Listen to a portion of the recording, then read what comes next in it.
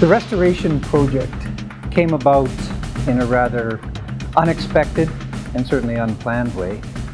As one of the roles I had in the community, president of the Shuswap Association for Rowing and Paddling, I was looking at ways that we could increase participation at our annual Dragon Boat Festival.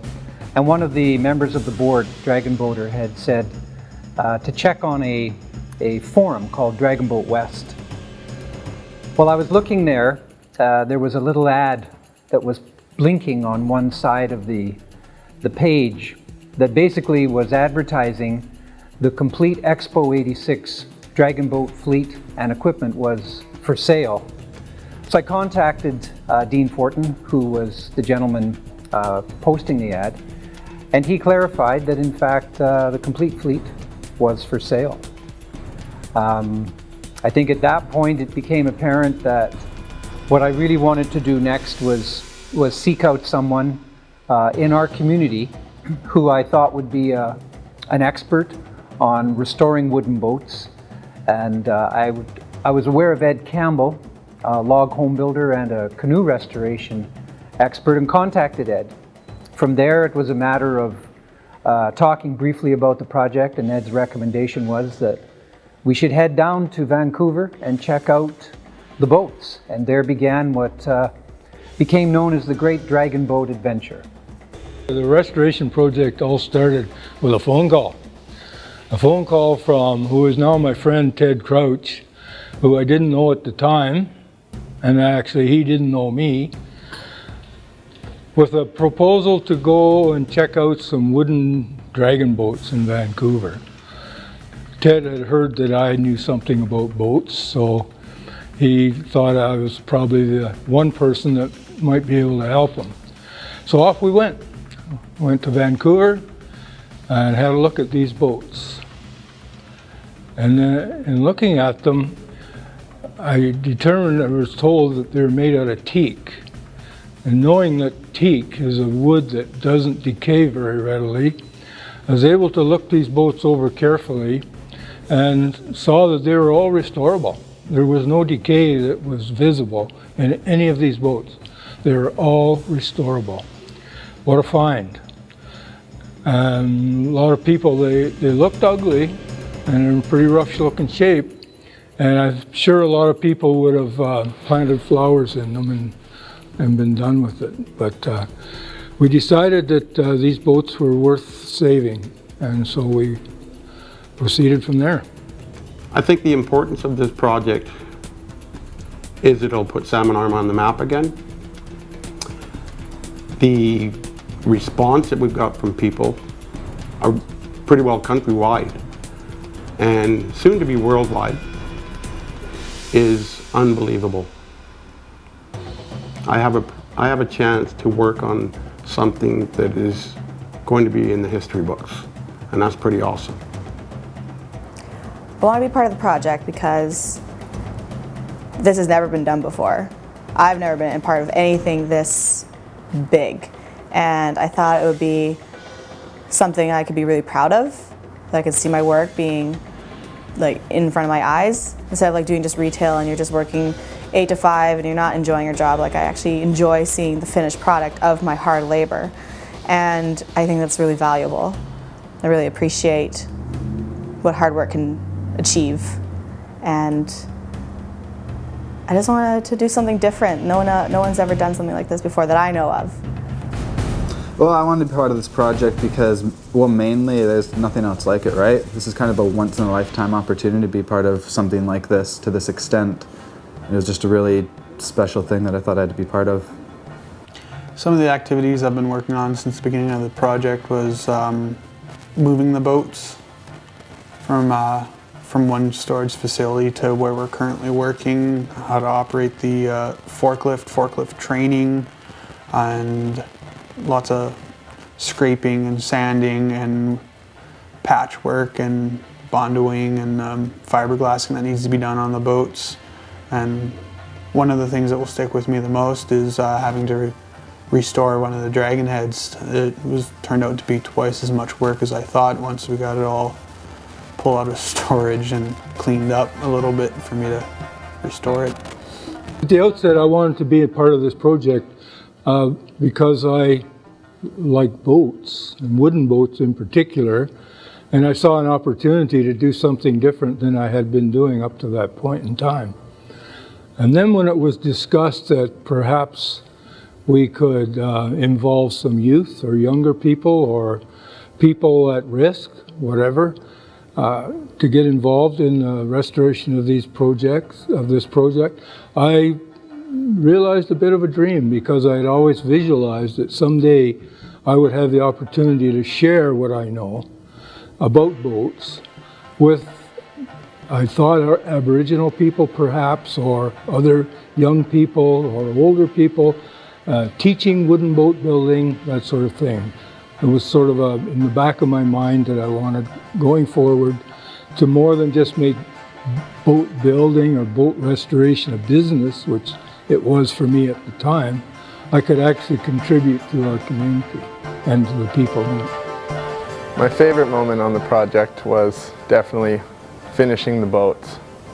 Just seeing them come from the mess they're in when we get them to the final product. Participating in this JCP will benefit me because I met a lot of new people and made a lot of connections for my future career plans in the community. I think this project could be significant in the community when the boats are completed, because it might bring some people to the town and bring interest to the town, and hopefully it could create some jobs and just be a big part of the community. Favorite moment working on the project was working on teak 6. From scraping it down, cutting out all the bulkheads, fitting all the seats. I tried new methods and fitting the seats and fitting the bulkheads, and they worked. And it was just nice seeing it complete after all the man hours I put into it. I think the significance of this project will be pretty big, knowing that they were redone in our hometown, and now they're forever part of history and our town's history. My favorite moment on the project was when we finished teak 5 and 6, seeing the beauty that came out of the boats, considering the state that they were in when we first saw them, and as well as getting the 2 other boats in and seeing that we have a lot more work ahead of us, but it was a good accomplishment. I think the benefits that I will reap from this JCP is the skills as well as the work experience moving forward in the workforce, as well as in my own personal endeavors that I may take on involving restoring wood, building decks, etc. I don't know if I'll particularly stay in this field, but I think the skills that I've learned on this will definitely help me moving forward.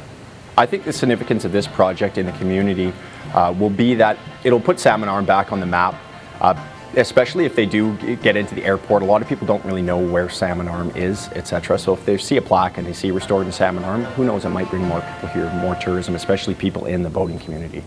My favorite moment on the project has been probably working on the heads, the dragon heads themselves, and like finishing them and building the little parts and just bringing them back to life and cleaning them up, because whoever the artist was that originally built those was an artist.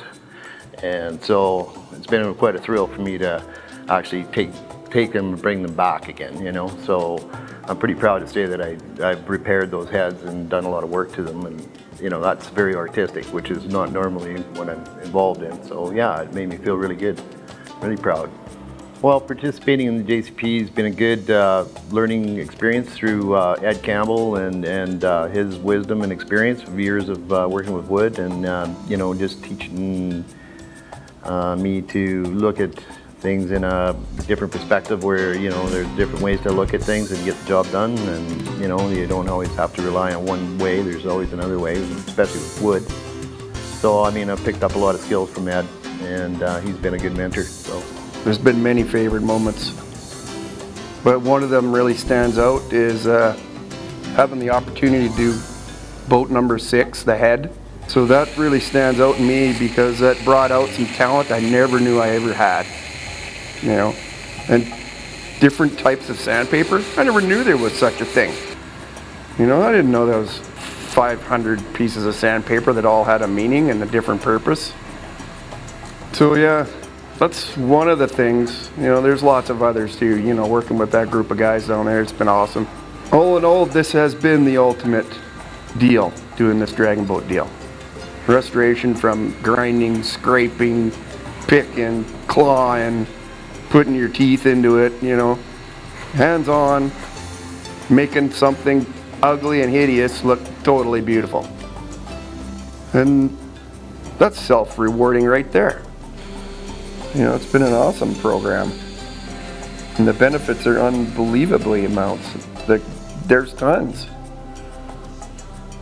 You know, not just financials. It's having the ability to go to work every day and do something that you're proud of doing. Putting your hands on something ugly and make it beautiful. You know, that's total benefit, you know.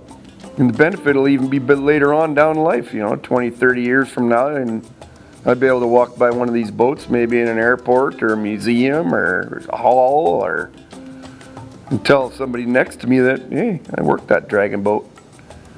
And they have no choice but to believe me, because there's my name in the brass little plaque there. Oh, I think the importance of these boats in this community is going to be tremendous.